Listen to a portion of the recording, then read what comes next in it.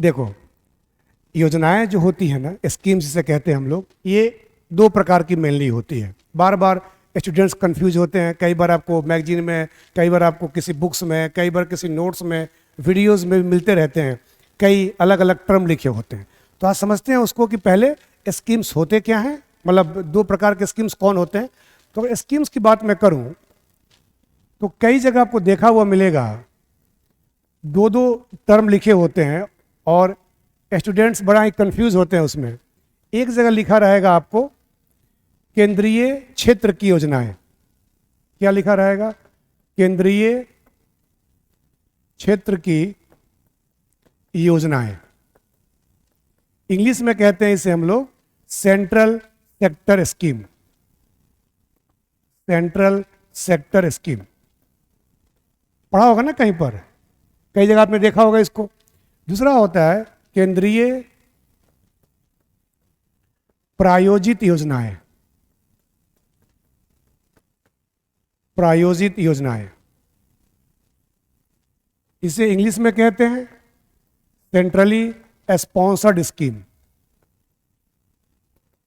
देखते हो ना, मैच जो स्पॉन्सर्ड होता है, सेंट्रली स्पॉन्सर्ड स्कीम।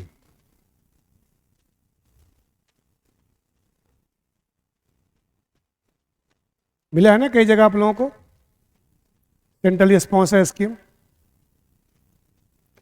तो क्या होती है दोनों? ये एक लाइन में कहा जाए, दोनों को अगर समझाने के लिए संक्षेप में समझाऊं मैं, या बिल्कुल क्लियर जो वही है, वो क्या है? जिस योजना में 100% शेयर जो है, 100% उसका खर्चा जो है, 100% पैसा जो है, वो सेंट्रल गवर्नमेंट देती है, यानी भारत सरकार देती है। उन स्कीम्स को हम क्या कहते हैं? सेंट्रल सेक्टर स्कीम कहते हैं। 100% सारा पैसा। आपने नाम सुना होगा पीएम किसान का, पीएम किसान। आपने नाम सुना होगा पीएम जनधन योजना, है ना, जो बैंक अकाउंट खोलने वाला है। ये कि पीएम किसान में सरकार 6,000 रुपये देती है साल में, 2,000 के 3 किस्त देती है। आपने सुना होगा पीएम मुद्रा का नाम सुना होगा, जो माइक्रो यूनिट के लिए शुरू की गई है, पीएम मुद्रा। ये सारी योजनाएं क्या हैं? ये सारी योजनाएं जो है सेंट्रल सेक्टर की स्कीम है। ये इसमें 100% पैसा जो है गवर्नमेंट देती है, सेंट्रल गवर्नमेंट देती है, और वही सेंट्रल गवर्नमेंट ही इसको पूरा कराती भी है। इसका क्रियान्वयन भी, लागू करना, योजनाओं का चलाना, ये सब सेंट्रल गवर्नमेंट करती है। उसे कहते हैं सेंट्रल सेक्टर स्कीम। इंडिया में 500-700 से ज़्यादा स्कीम जो है वो सेंट्रल सेक्टर स्कीम है, जो टाइम टू टाइम चलता रहते हैं।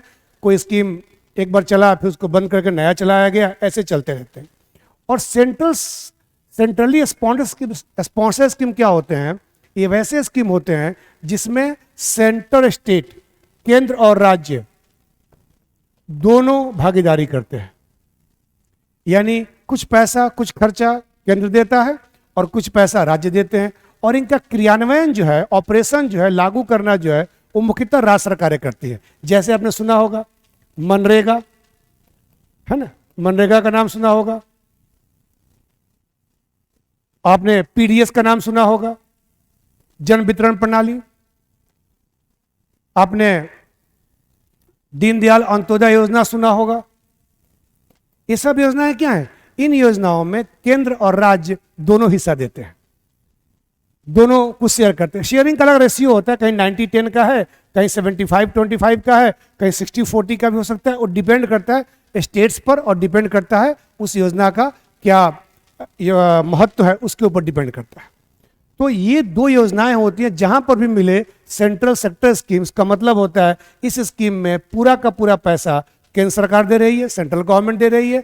और जिस स्कीम में दिखे सेंट्रली स्पॉन्सर्ड स्कीम, इसमें लगता है कि कुछ पैसा राज्य सरकार भी दे रही है और कुछ पैसा केंद्र सरकार भी दे रही है। तो समझ में आ गया आप लोगों को? अब जब भी हम आगे जब क्लास लाते हैं, जब भी टॉपिक आएंगे, तो आपको इसमें क्लैरिटी नहीं होगी, बार बार आप पूछते रहते हैं, तो एक ही जगह पे क्लैरिटी आपकी मन में हो गई। ठीक है।